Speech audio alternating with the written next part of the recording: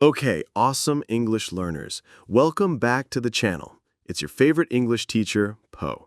And today we're tackling a super common feeling. That moment when you're listening to English, nodding along, everything's making sense, and then someone asks you a question, or you want to jump into the conversation, and your mind just goes blank. Yep, we're talking about that classic phrase, I understand, but I can't speak. So if you've ever felt this way, trust me, you are not alone. It's like your brain is a super fast computer that can download information perfectly, but the microphone is, well, a bit shy. But don't worry, today we're going to break down why this happens and, most importantly, give you some killer tips to bridge that gap between understanding and speaking.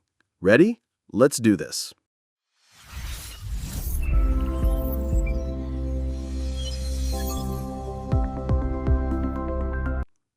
Part 1. The I understand bit. You're already awesome. First things first, let's celebrate the I understand part. Seriously, give yourself a pat on the back. Understanding a foreign language is a huge skill. It means your brain is recognizing vocabulary, making sense of grammar, and following the flow of conversation. That's fantastic. You've built a strong foundation.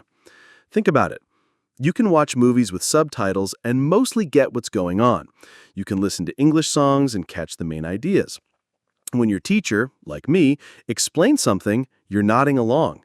This is called passive vocabulary, or receptive skills. You can receive and understand a lot of English. That's the first big hurdle, and you're already over it. Okay, so if you understand so well, why does speaking feel like climbing Mount Everest in flip-flops? Well, there are a few key reasons. 1. Active versus passive skills. Speaking is an active skill. You need to recall words, not just recognize them, form sentences correctly, pronounce words clearly, think about what to say and how to say it, all at the same time. Fear of mistakes. You're worried about saying something wrong or mispronouncing a word. Let me tell you a secret. Everyone makes mistakes when learning a language. Mistakes are proof that you are trying. Lack of practice. Speaking is a muscle. If you don't use it, it doesn't get stronger. You might read and listen a lot, but you need chances to actually speak. Thinking in your native language. Translating everything from your first language into English in your head makes conversations feel slow and difficult. And pressure. Sometimes the pressure to speak perfectly can be overwhelming. Okay, I understand why. Now, how do I fix it?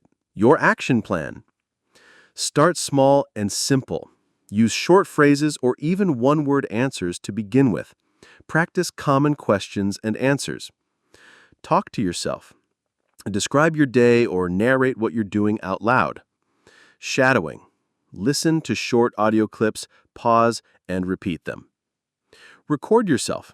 Speak, then listen back to improve. Find a friendly speaking partner. Practice with someone patient and supportive. Focus on communication, not perfection. The goal is to be understood, not perfect. Use filler phrases like, well, or let me see, to buy time. Don't be afraid to ask for clarification. Say, sorry, I didn't catch that, or could you say that again? And celebrate small victories. Every little success is a step forward. Your new mantra. It's not, I can't speak. It's, I am learning to speak. It's a process, and you're already on your way. Quick recap and encouragement. Remember, your understanding is a superpower. Speaking is a skill you build with practice. Be patient, be brave, and be kind to yourself. What are your biggest challenges with speaking English? Share them in the comments below. Don't forget to like, subscribe, and hit that notification bell. Until next time, keep practicing, keep learning, and keep being awesome. Bye for now.